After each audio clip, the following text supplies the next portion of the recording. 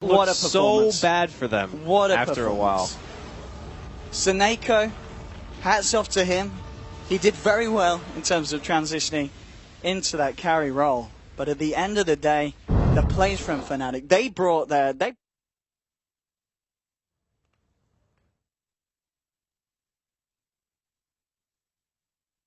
I mean, that's the play. He has a TP already purchased and put into his inventory, so denying himself to Roshan. No rares given for the death to Roshan. Like, no. Rares? Do they not give? I don't think you get rares for a denial to a neutral. Oh, but Roshan, Toby.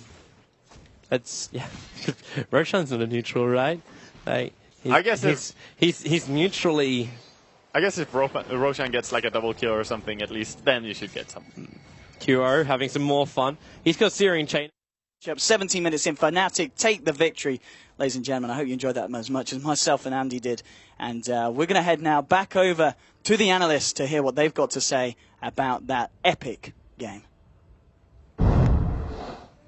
Epic indeed. I mean, that game between Navi and Fnatic, it looked like Navi possibly were going to have a chance to come back, make the push all the way back, take the game a little bit longer, but at the very end, after some crazy fights, Fnatic does push through and tie the series 1-1. What was your take on, I guess, like the later half of the game that we got to see, Sind? I know, I was just... How can Seneko do everything? Yeah. Like, it's actually incredible how... So I didn't see the start of the game, so I'm not sure how exactly they decided and when they decided to transition him into a Naga. I think we started watching a game at like minute 40 because our game ended. Yeah. And I was just like, wait a second, Seneko is first on net worth for Navi. What is going on? And the other cores actually had farmed too, because their Razor and Puck and their Tusk were all above, all in the 5 digits of net worth. So it was pretty crazy to watch. I think overall, these kind of games in the super late game, whenever you're playing with a Naga, the fights were actually just a mess, right? It was everyone drops massive AoE abilities. Like you have Blood Right, Freezing Field on the other side. Maybe you don't have many. Like you have Dream Coil, Plasma Field, and all these like illusions running rampant. So I think for the teams, it's actually very difficult to play the fights because navigating in such an absolute mess is very hard. And in a way, sometimes it kind of comes down to a little bit of luck. Sometimes with who just finds the right target at the right moment, but. It was definitely very intense. That's what the pause button's for. Right. Right.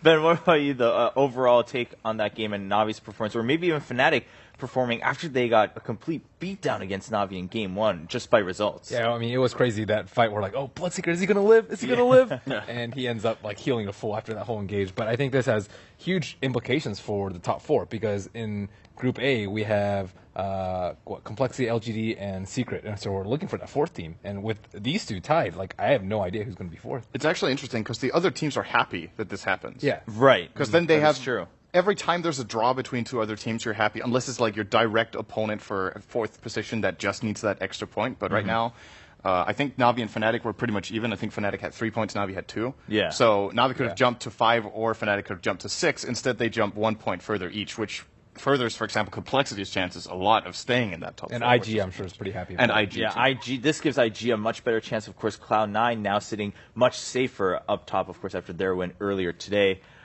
Now, Winter, what do you think? I mean, them being tied 1-1, we were talking about these possibilities of the group. How does that even things out? At the same time, we also discussed Navi when they win. Dendi just goes absolutely crazy. He goes ham. He has all these crazy KDA ratios that we were looking at earlier. But when they lose, I mean, not exactly the same performance. Do you think Navi is also really hot and cold right now at TI5? I mean, this game he's playing a Puck. You can't really say the same. Yeah. A Puck and Shadow Fiend or even a Queen of Pain is much different. You don't get the kills, you help your team get the kills. So he played a different role this time round, and I feel they could have actually, they have their chances to win this game as well, because it's a late game. We always thought you don't want to go late game against a Naga, because Naga generally doesn't lose that much in a late game situation. They definitely had their chances, but like what Sin said, it's a very chaotic fight. Like a lot of stuff, you don't know what's going on. You just drop your spells and hope for the best. Whoever has the better usage of their ultimates, or better, like they hit better targets or hit more targets, will win the fight. So it's really hard to say who's going to do very well in the fights, like in the game like this. Right. It's like the funny thing about it is if you take a fight like the one at the top racks toward the end where they clash, if they play out that fight 10 times in a row, Na'Vi might win 7 of them. Yeah. But they just hit one of the unfortunate ones where, Okay. like Ben said, Bloodseeker is down to like 5% health. Maybe he gets like 2 or 3 butterfly procs in a row so he doesn't take damage from whatever hero was attacking. I think it was Naga.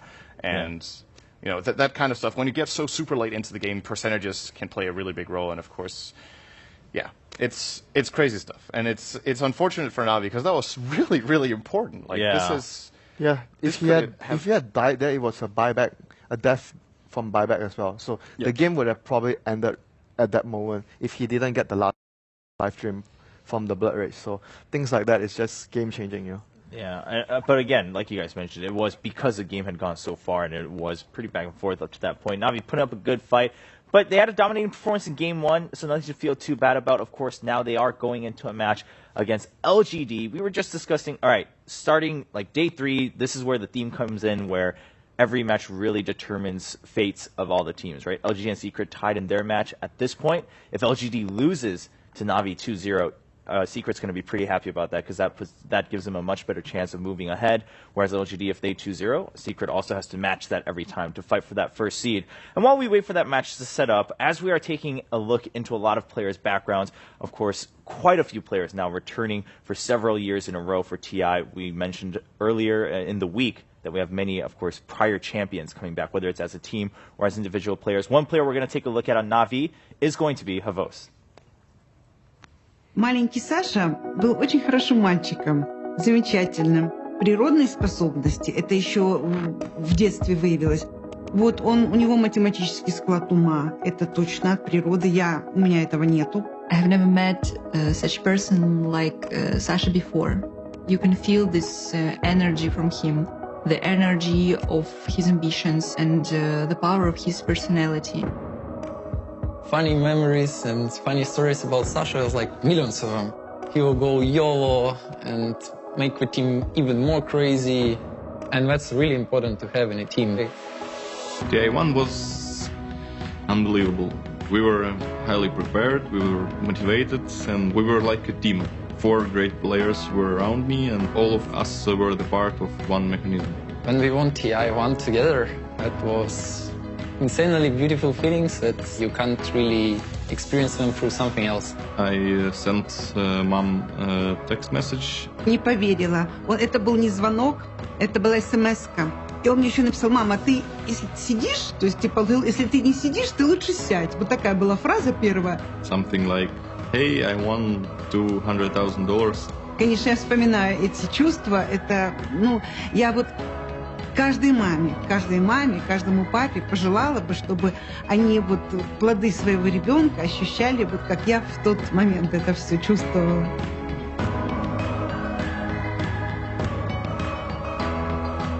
What about at TI4? What happened at TI4? What about TI4? Sneaky question. Everything went wrong, and we didn't want to play together.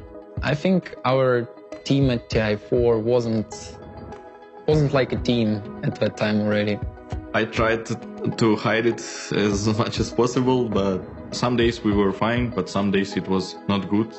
We all understood that something is wrong. Yeah. Я и Сашу все время пытаюсь поддержать тем, что это спорт, мы все знаем по другим даже видам, что взлеты, падения, это все стабильность разная. I think as a team, we are capable of anything. There is no reason to believe in something else. I believe in our team. We can do it. Morale is one of the most important things that you need to have in Dota. I'm really satisfied and happy, and our morale is pretty high right now. And it's connected to Sasha. He'll scream on enemy, say something really funny that other people are gonna start laughing at. He's my bro, so whatever. I know his character. I know how he will act in situation, in the game and outside of the game, making people around him happier. We feel like we are underdogs, but we feel good about that, and we're gonna fight till the end.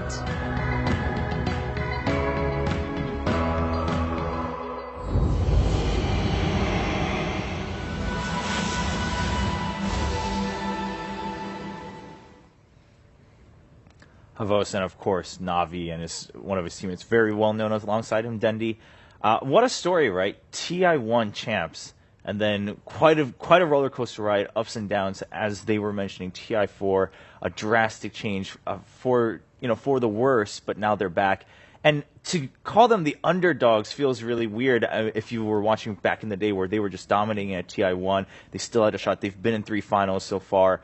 It's a crazy story, but now they're like, all right, we're underdogs, but we're still here to fight. And if they do make it all the way, what another crazy story, to climb all the way back up. It's just very touching, and I think really shows the history of the TI so far and how much change we have gone through. Also, I mean, you look at them saying what a historical moment, and then you look at like the prize pool and the teams that we've had so far coming in and all the players that have gone through as champions. Lots of changes since TI1. I think for me it was especially funny to see like kind of in a way the similarities, but also the contrast between how his girlfriend views him and how his team views him, right? Because his girlfriend was like, I've never met someone like him before. He is a very calculated person. And then you get Dandy, he goes full YOLO. I thought I had to chuckle at that because he's renowned for being like not being a calculated player. He's renowned for when he plays, he's like overly aggressive a lot of the time. Doesn't always weigh the risks against the risk reward ratio for him is often a little bit skewed compared to other players. But he makes for some of the absolute greatest plays and some of the absolute greatest flops when he plays. And I think in this tournament so far he's been pretty stable compared to what we've seen in the past. So from my perspective, that's definitely a good sign for us going forward. And yeah, that was just a funny. Yeah, I mean, in recent months we've been watching him play, and like, okay, Havos is gonna go for this kill. He's gonna go for this. Oh wait, he's actually backing off. Yeah. I mean,